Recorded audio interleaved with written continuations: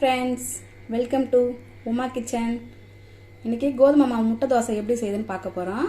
அதுக்கு தேவையான பொருள்: ஒரு கப்பு கோதுமை மாவு, ஒரு தக்காளி, ஒரு வெங்காயம், 3 டீஸ்பூன் சிக்கன் மசாலா, 1 டீஸ்பூன் இஞ்சி பூண்டு விழுது, கொஞ்சம் கொத்தமல்லி, 4 முட்டை, அதுக்கு தேவையான எண்ணெய், உப்பு. இப்போ எப்படி செய்யுதுன்னு பார்க்கலாம். ஒரு பாத்திரத்தில், பெரிய பாத்திரத்தில் மாற்றிக்கோங்க. மாவை மாற்றிட்டு லைட்டாக கொஞ்சம் உப்பு சேர்த்துக்கோங்க. தண்ணி ஊற்றி மாவை நல்லா கரைச்சிடணும்.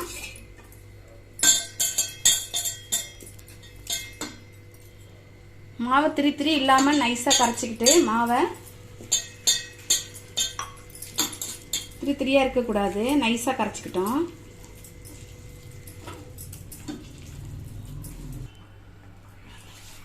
இப்போ பாருங்கள், மாவு கரைச்சாச்சு. உப்பு மட்டும் போட்டு கரைச்சி வச்சுருக்கேன். எதுவும் அந்த இதெல்லாம் இல்லாமல் நைஸாக கரைக்கணும். தோசை மாவு பதத்துக்கு இந்த மாதிரி கரைச்சி எடுத்துக்கணும். கட்டி கட்டியாக இல்லாமல் இந்த மாதிரி கரைச்சி எடுத்துக்கிட்டு, இப்போ ஒரு பாத்திரம் வச்சுட்டு இதில் ஒரு 2 ஸ்பூன் எண்ணெய் விட்டுக்கிட்டு, ஒரு 3 ஸ்பூன் எண்ணெய் ஊற்றிருக்கேன். இப்போ அதில் வெங்காயம் சேர்த்துருக்கேன். அது லைட்டாக வதங்கினோடனே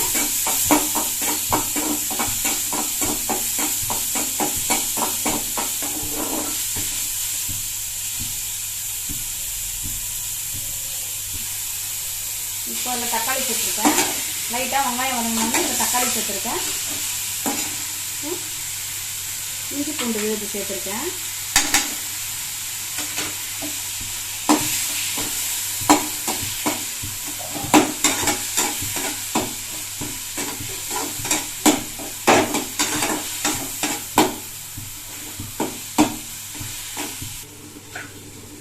இப்போ வெங்காயம் தக்காளி வதங்கிடுச்சு. இப்போ எடுத்து மாவில் சேர்த்துக்கலாம்.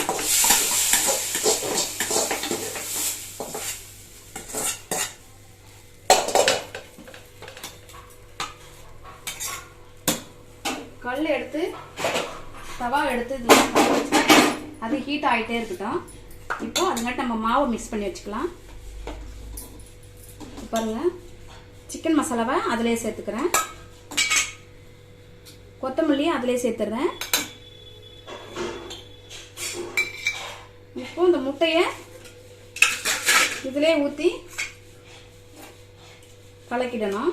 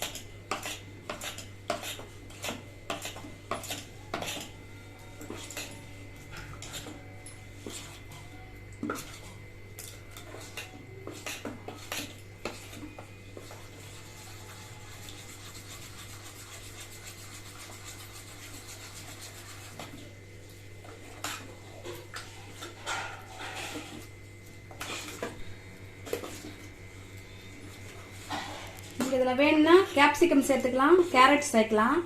வேணான்னா இப்படியே கூட ஃபாலோ பண்ணிக்கோங்க. இப்போ பாருங்க, கரைச்சி எல்லாம் ரெடி பண்ணிட்டோம்.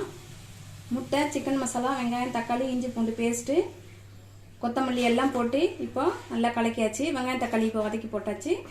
இங்கே பாருங்கள், மாவு ரெடி ஆயிடுச்சு. இப்போ கல் சூடாயிடுச்சு. இப்போ ஊற்றலாம். லைட்டாக 1 ஸ்பூன் எண்ணெய் அதை சுற்றி விட்டுட்டு இந்த மாதிரி தவாவில் நல்லா எண்ணெயை தேய்ச்சி விடணும். தேய்ச்சிட்டு இப்போ மாவு எடுத்து ஒரு கரண்டி மாவு விட்டு கூட மெலிசாவும் தேய்ச்சிக்கலாம். கொஞ்சம் கனமாக வேணால் 2 கரண்டியாகவும் ஊற்றிக்கலாம், நம்ம இஷ்டம் தான்.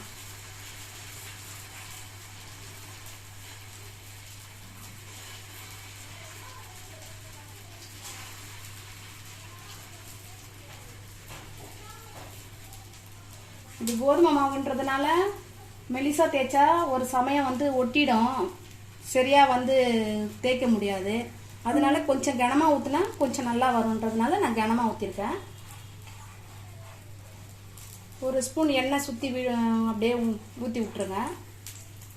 வேணான்னா மேலே மூடி போட்டு வேக வச்சுக்கலாம், வேணான்னா நம்ம திருப்பி கூட போட்டுக்கலாம், அது நம்ம இஷ்டம். இப்போ அடியில் வெந்துடுச்சு, இப்போது திருப்பி போட்டுக்கலாம். கொத்தமல்லி வேணும்னா மாவு மேலேயும் தூவிக்கலாம், இல்லை நம்ம மாவுலையும் போட்டு கலக்கிடலாம். அது நம்மளுக்கு எப்படி பிடிச்ச மாதிரி செஞ்சுக்கலாம். இப்போ வெந்துடுச்சு, எடுத்துக்கலாம்.